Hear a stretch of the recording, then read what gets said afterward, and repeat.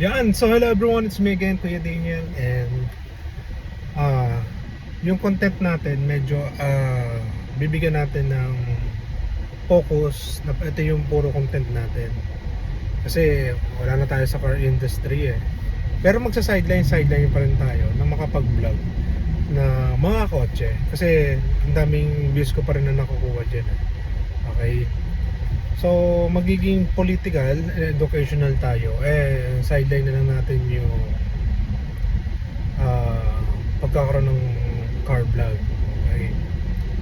And this is to give emphasis na dito tayo makilala. Okay. So medyo ano kayo pwede natin gawin para makilala mo tayo. So tulungan nyo ako na mag-improve and tulungan nyo ako na malaman ko ano yung mga kulang, tulungan nyo ako kung ano yung mga mali. Okay?